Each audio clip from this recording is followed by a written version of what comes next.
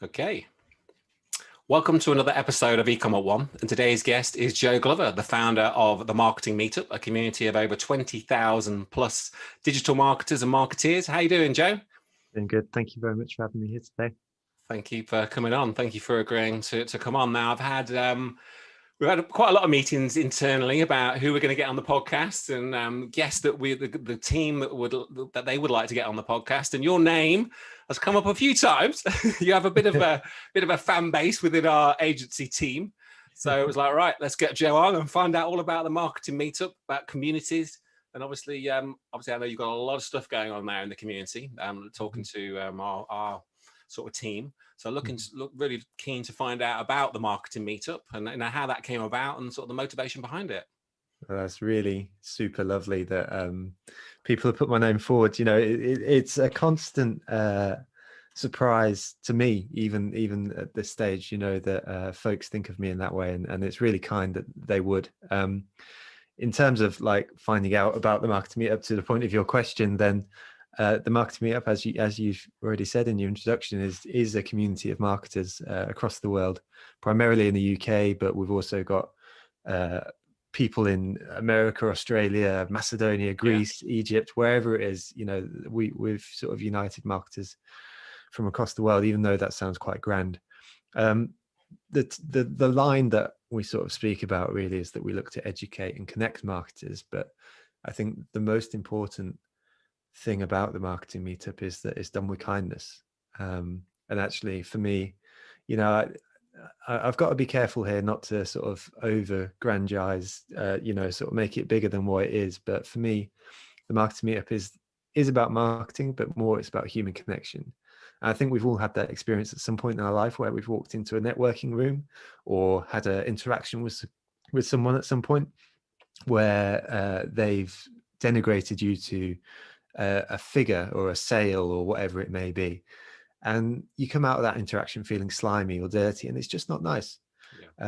So 5 years ago I started a group as a hobby with the intention of just bringing together some lovely people to look after each other a little bit and speak about marketing. And I'm really lucky that over the course of time it's kind of grown into what it has. And I think perhaps the thing that I'm proudest of is, even though the numbers keep getting bigger and bigger, I think the values have always stayed so aligned, you know. So I feel very, very lucky, and it's been an amazing journey so far. Wow, that's fantastic. So you're creating and giving so much content on a daily, weekly, month or year. Obviously 5 years in, you know, just before we hit record on the podcast, obviously having a regroup on some of the things you've been doing. You know, I think you're on episode 139 of the podcast, you know, webinars, experts on all different areas. What would you say some of the standout pieces of content around on the webinars and on the content that really stand out for you over the last year or so? And why?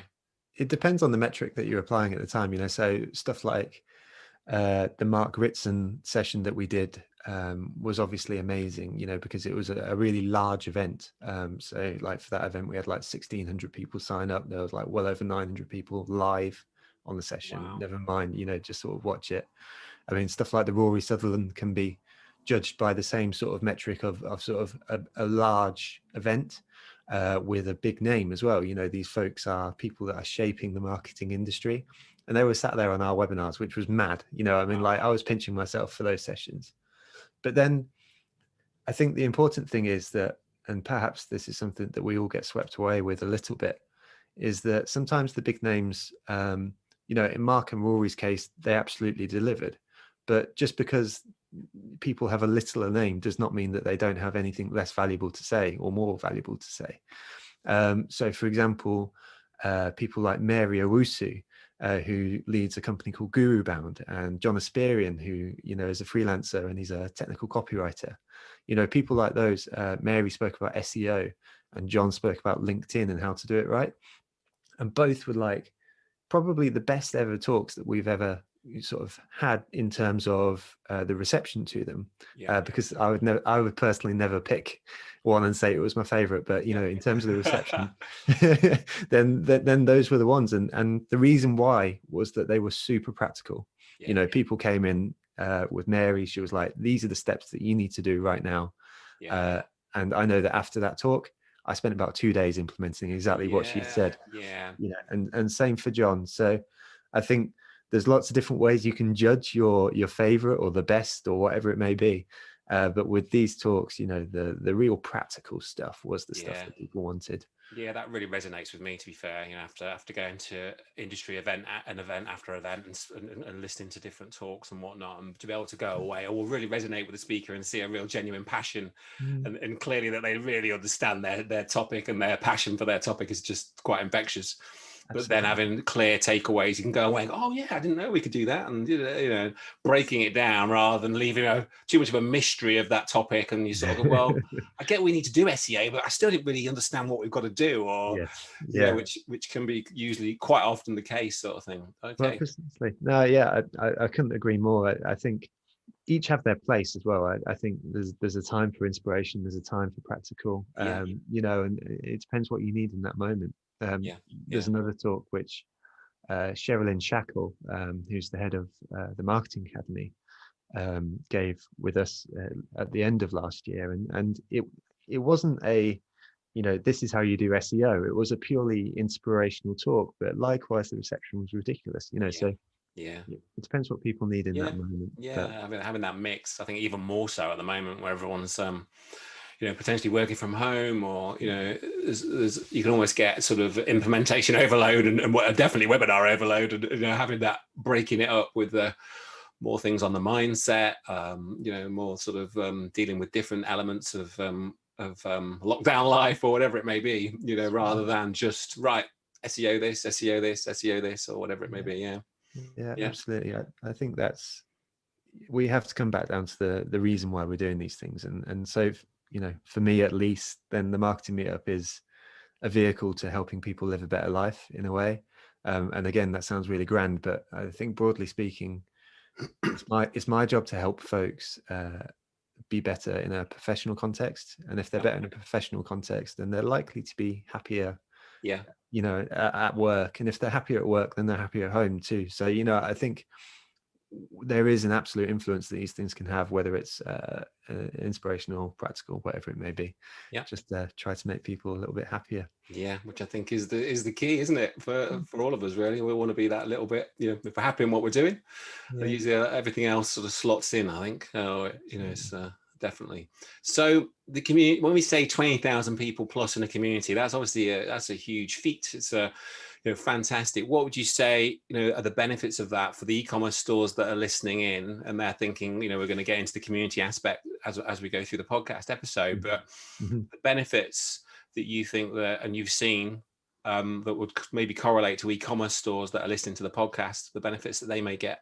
Yeah, I think there needs to be a caveat given up front, because I'm a big proponent of an argument that is community does not equal your customers. It's not the same thing. So I think people are very quick to rush to saying we've got this community, and actually it's just people that are buying from you, and I'm a big defender of the word community for that reason, because I think it sort of takes the true essence of what a community is, which is a place where people can come together to conversate, to meet, to learn, and do it beyond just like a figurehead at the top who's telling them what to do. That they kind of become this sort of this nest, this sort of mesh of people and connection that is happening independent of this sort of higher level figure. So when we speak about the answer to this question, and we're saying about e-commerce and how can they benefit from community, the first thing that you got to say is you've got to make sure it's a real community. And you can only have that if people are speaking beyond just like with the e-commerce brand.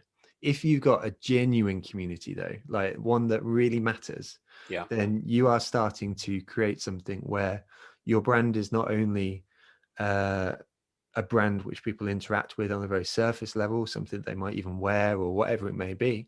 You're getting something that's part of their being. You're getting something that they're proud to be part of. It's a movement.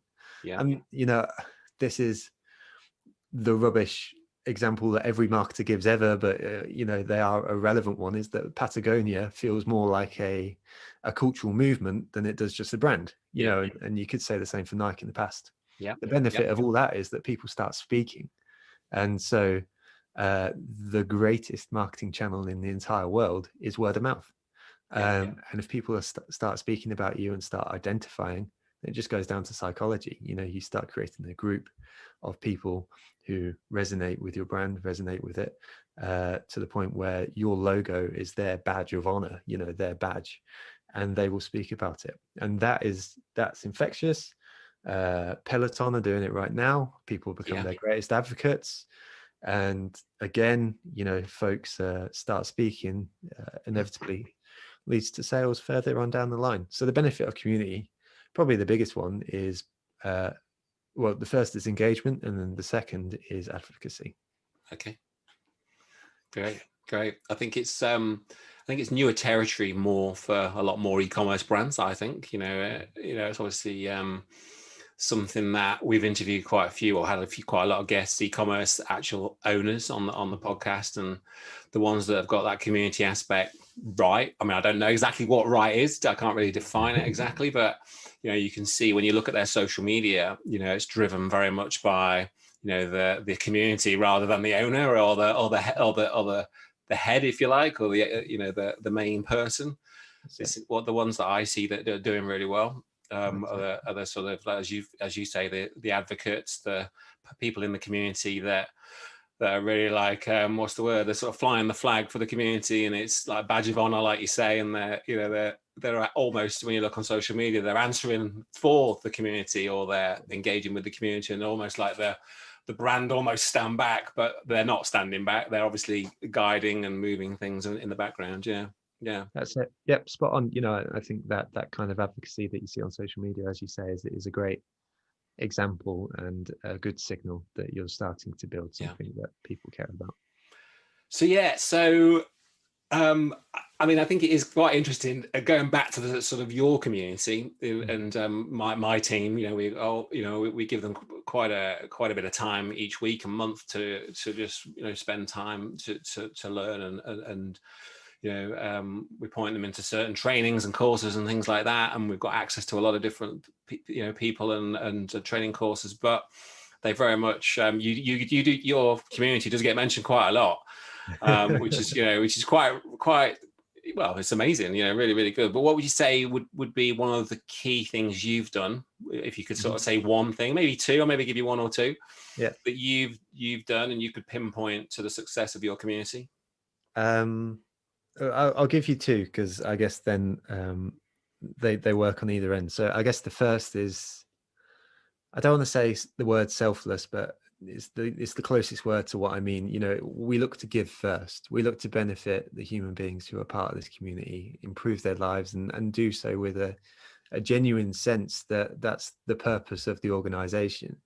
I think a lot of people will say the words that they're there to benefit their customers, but then if they had to make a decision between money and their customers, then they're going to choose the money one. And I feel quite proud that the organization that I build, I think for the most part, beyond purposes of practicality, will always choose the human element. So I think a sense of genuine concern, genuinely wanting to benefit human beings, that's been a point of pride, but also a point of success. I think the second point is very simply asking, and I think this is probably a point which can be replicated for anyone. I think as British people, we are terrible at asking people for help, or asking people, it's like, if it's not too much trouble, would you mind possibly kind of doing this thing which I wouldn't mind you doing? And by the time you get to the ask, then people have fallen asleep. So like the one channel that has grown the Marketing Meetup more than any other has been word of mouth.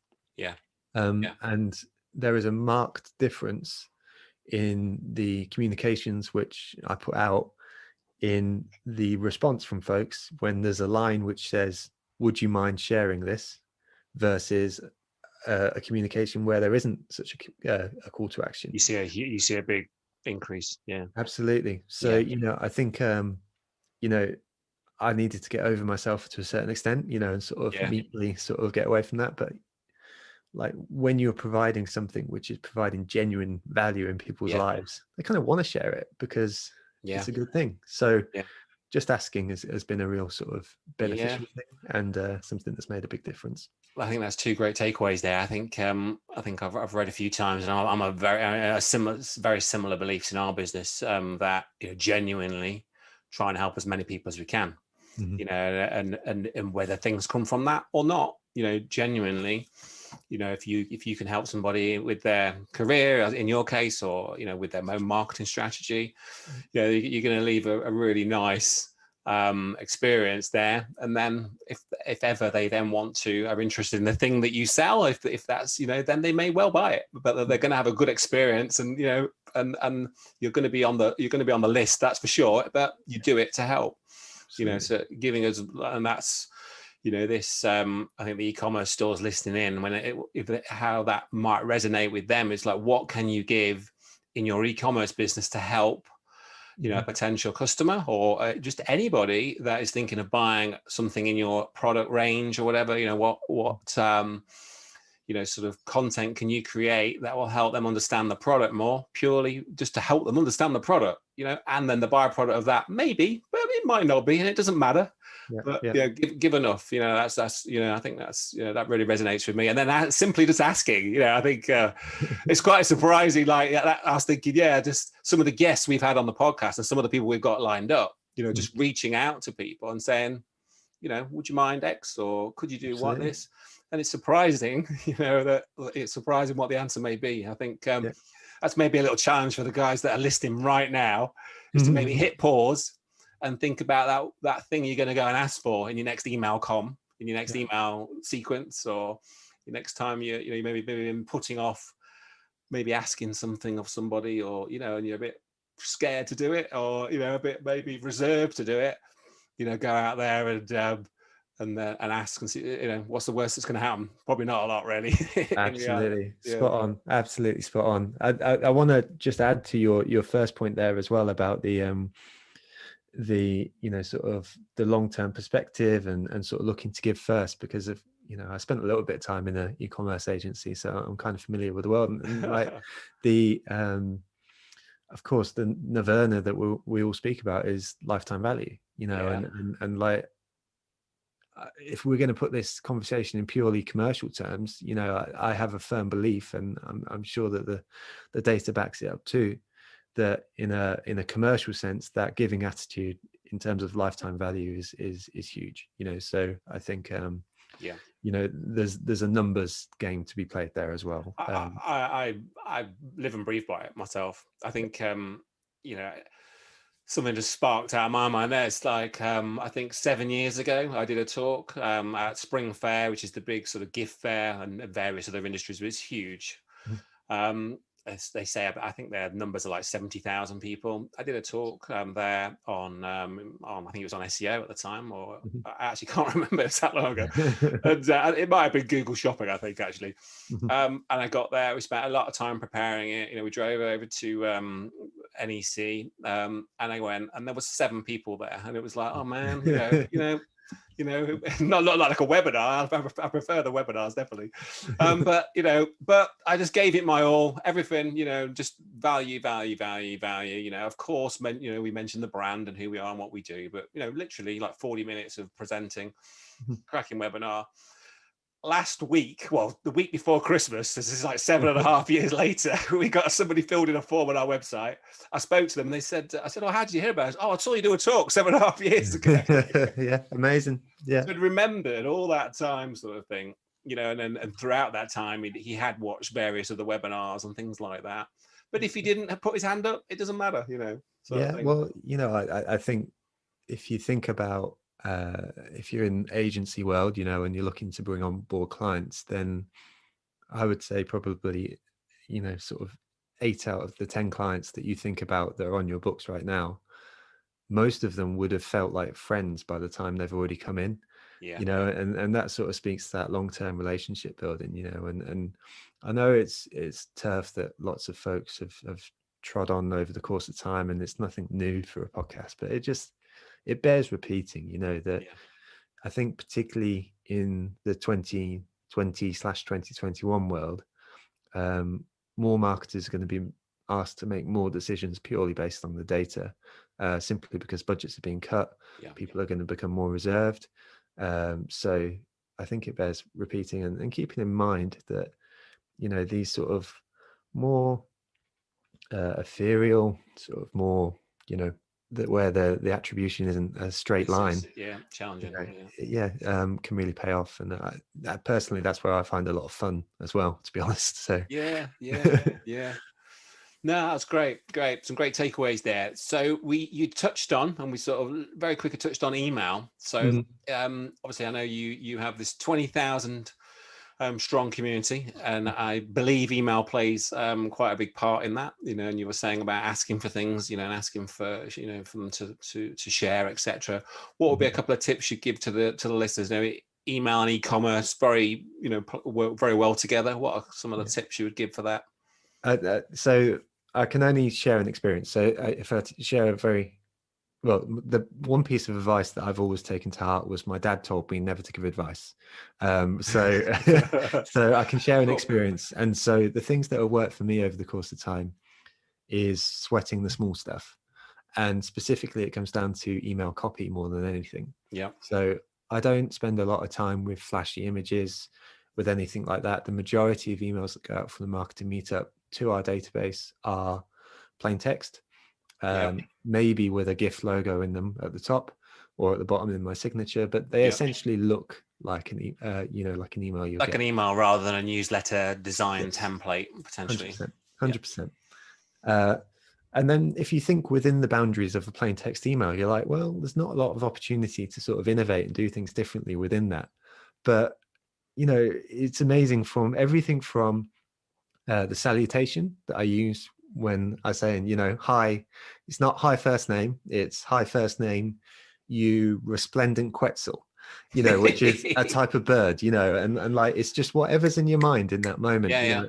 People are getting called like, hi, you know, hi, Richard, you moment when you catch up to the person who went 100 miles per hour past you and then you caught up to them at the traffic lights, you know. And it's like, whatever it is, you know, that's a salutation, but that's not just a hey Joe, that's a Yeah. hey magic, you know, a moment of magic, which like gets people into something like, this is a little bit different.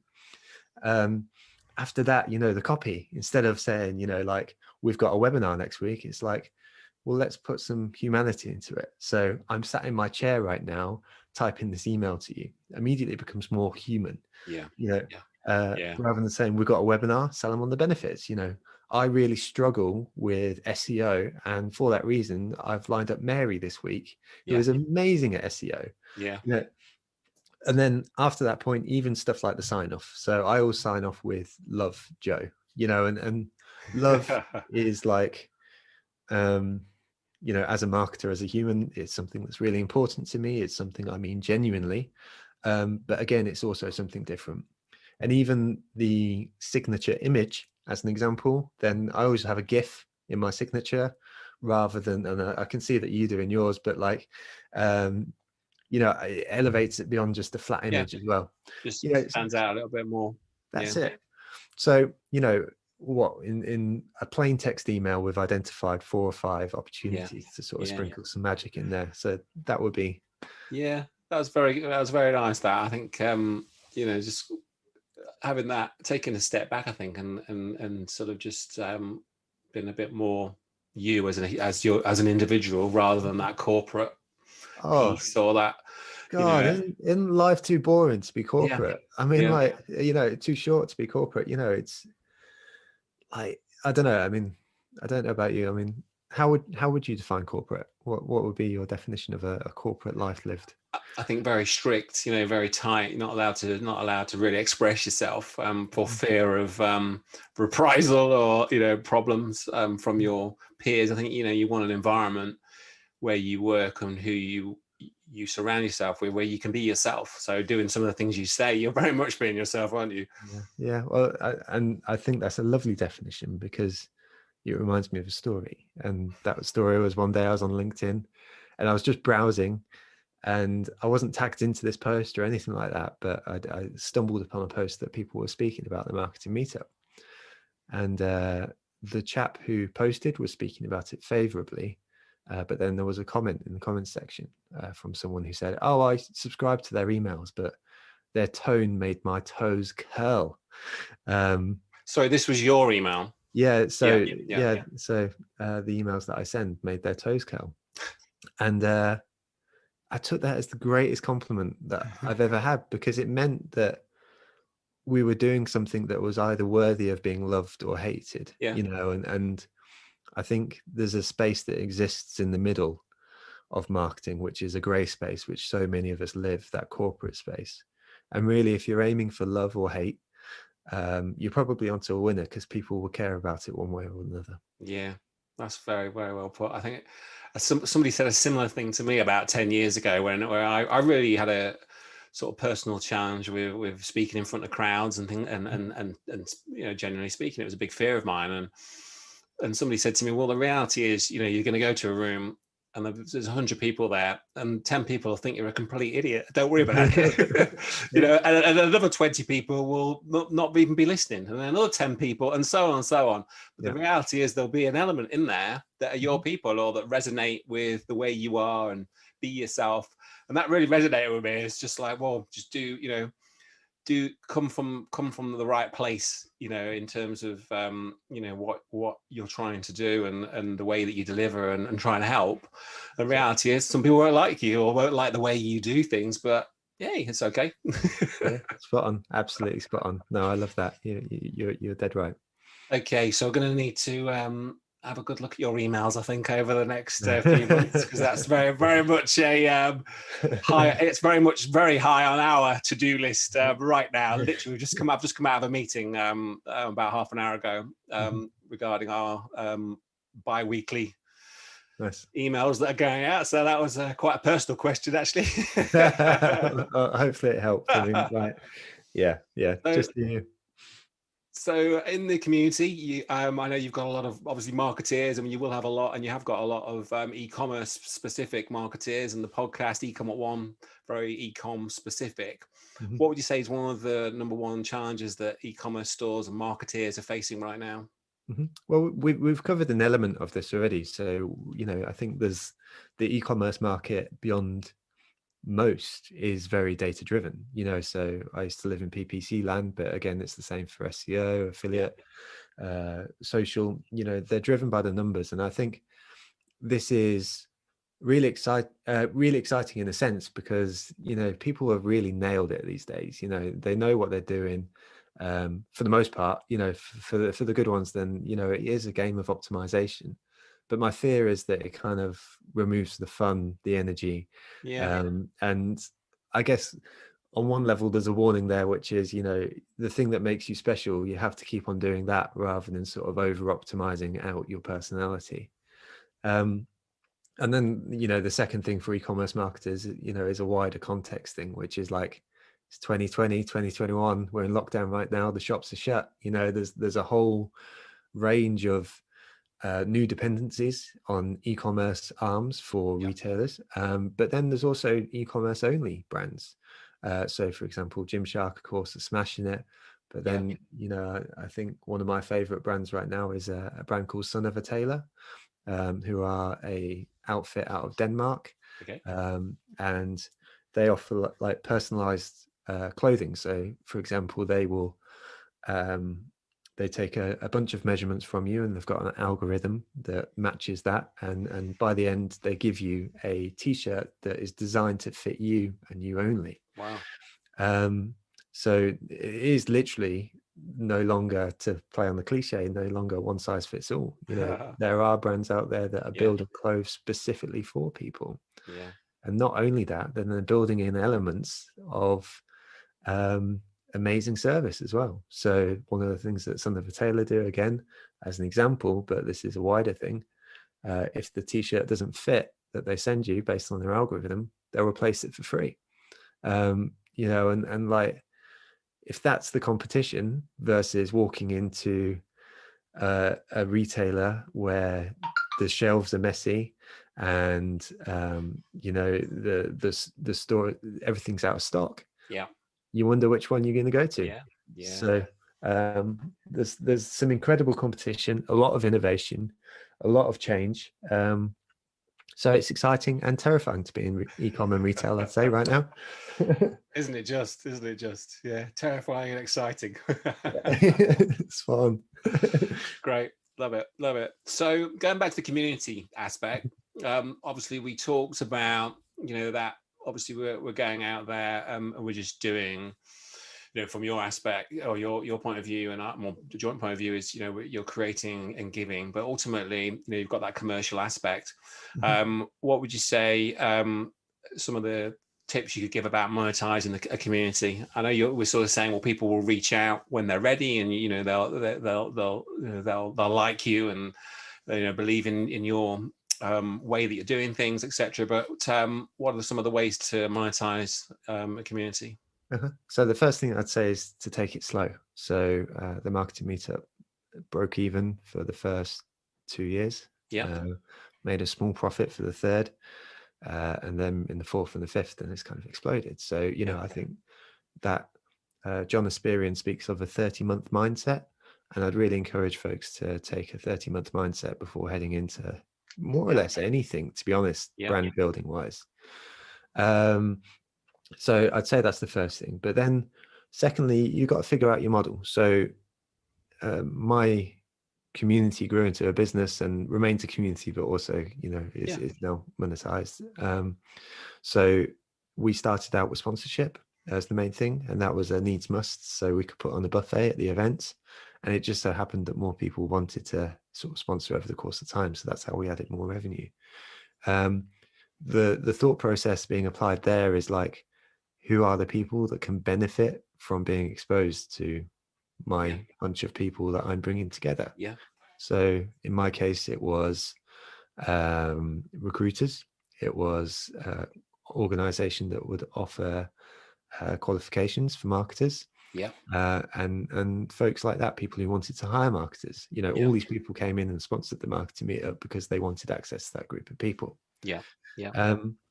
Secondly, we're seeing a trend right now of more premium content, whether it's through Patreon and stuff like that.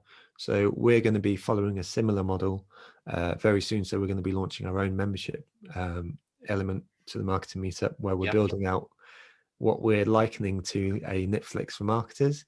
So folks will be able to go in and sort of grab 10-minute videos on very specific how to do stuff.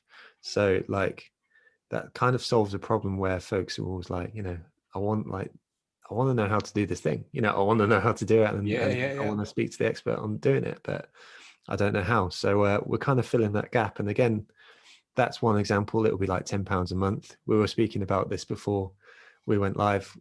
I'm very aware that there's a subscription overload in the world. So you really need to provide something that's so valuable that people want it. So what we've spoken about sponsorship, and we've spoken about sort of like more of a membership based things. I think there's lots and lots of ways. I mean, in effect, what you have when you've built a community is an audience. And if you've done it right, then you've got an audience that both forgives you for or thinks that you have their best interests at heart because you're wanting to help them. And so therefore receptive to it when you go to them and say, look, we've got these partners and they've got this offer for you.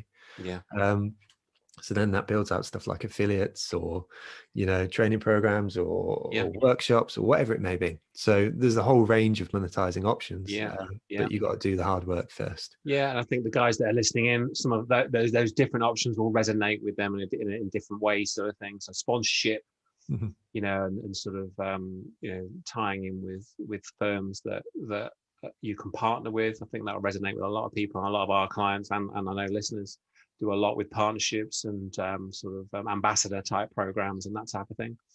And then the lovely subscription models, the £10 a month, the £50 a month, the gin clubs of all the different e-commerce stores that are listening. How can you turn that into a subscription business. We talked about that yesterday. I talked about that yesterday as well, but subscription, so I really push that. It's like the holy grail, I think, in terms of just that consistency For sure. of revenue, not as many peaks and troughs, and and just build it. And obviously, but ultimately you've got to give value, which is what we've talked about a lot throughout this whole podcast. No one's going to stay with you unless you're good at what you do and you have a genuine passion for delivering quality content that somebody can implement, or that they're getting value from. So ultimately you've got to give good content and build out that community. And that 30-month give almost potentially.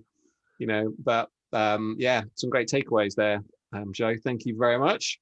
No problem. So we're coming to a close. So I think one thing that really resonates with me talking to you is just how positive and how sort of the way your mind works. What would you say? what are some tips you would give, or that you've built definitely in this last 9 months? It's crazy growth in your business. How have you managed to stay so positive? I'm sure it's not the same all day every day, but it's no, it really isn't. I'd say that, so we're recording this in January, and I'd say that to the back end of December last year, then I was in a rough spot. I was knackered beyond belief, and exhausted, and I let the news get on top of me and stuff like that. So I think I'm not always positive. I think that's the first thing to say. That being said, I think there's a choice, right? And I think I just made a choice at a point. So for example, this week when Boris announced lockdown number 3, I felt my chest get tighter, and like my throat sort of just close up, and you could feel my breath sort of slowing down and getting a little bit more labored. And it was in that moment that I was like, no, I'm going to make a choice here. I'm going to make a choice that this is not going to get on top of me. And I'm not saying that that's available to every person all the time. Yeah. But I do think there is a choice to make when you can, which is, you know what? I'm going to choose to be positive. Yeah. And sometimes that's really hard because whenever you have a conversation with someone who's speaking about politics, or whenever you have a conversation with someone speaking about COVID, it's always doom and gloom, but for whatever reason, I just choose not to engage in those conversations. It's thank you for your opinion, but I'm going to move on, and just don't let it get on top of you. So I think staying positive is much, much easier said than done. But I think there's something about trying to make a choice and then remind yourself that that's the choice you've made. You can definitely work on it, can't you? Obviously, it's not all day, every day. You're going to be, we're humans, all of us, but you decide. So do you listen to much news then, or do you sort of turn off to it quite a bit? No, I've got a news ban in the house. I think this is about choice of consumption. Yeah. So I do not. I've done my best to stop passively consuming content. Yeah. So I've blocked a load of words on Twitter as well. Oh wow! Which has been really, really, really positive, because I love Twitter as a platform, but it can be poison for the mind. Likewise with the news. So I think I do my best to avoid it at all circumstances, unless I choose to engage with it, in which point you make that choice. But again, it's a conscious act. I think there'll be a few people listening to this that'll be right. Twitter, Brexit, COVID. I'm happy to share my list of blocked words. There is a long keyword list. That's it. That's it. Turn off the news maybe once a week, twice a week, when there's a big announcement or not. So even the big announcements, when there's going to be some big tier changes, do you're on those or not? Well, what difference does it make? I'm sat here in a village right now. I go for a dog walk. I pick up my shopping once a week, and that's pretty much the only time I go outside since March. You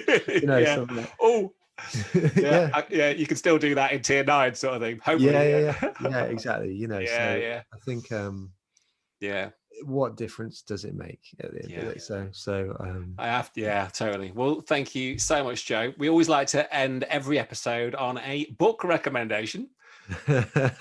So before we came on, then we were speaking about books, and I said that I'm purely on audiobooks. So the audiobook, there's a few. I mean, so like, if the most interesting person in the world for me is like Barack Obama, I think he's amazing. So I just finished his audiobook. Autobiography, yeah. Yeah, so it's like 28 hours long, but it's an amazing audiobook. I really enjoyed The Body by Bill Bryson, which is nothing to do with marketing, but I think just fascinating. And then marketing books, I'm sure there's loads, but you know, we all read too many business books anyway, don't we? So we've got plenty of them. That's fine. Yeah. So let's do Bill Bryson. I really like him. It's funny. I actually got the Barack Obama book for Christmas. Yeah. Nice. Yeah. It's a cracker. Yeah, that's on my list of to get it on my desk next week. Yeah. Well, you should. Well worth it. Well, thank you, Joe. That's been an amazing 45 minutes. I really appreciate your time. Really appreciate you coming on the show. For the guys that are listening in that want to find out more about the Marketing Meetup and more about yourself, where's the best place to go to, Joe? So they can head to the marketingmeetup.com and probably sign up for the newsletter or one of our webinars, or indeed the membership once that goes live end of Jan, beginning of Feb. Keep an eye out for the membership. And thanks once again, Joe.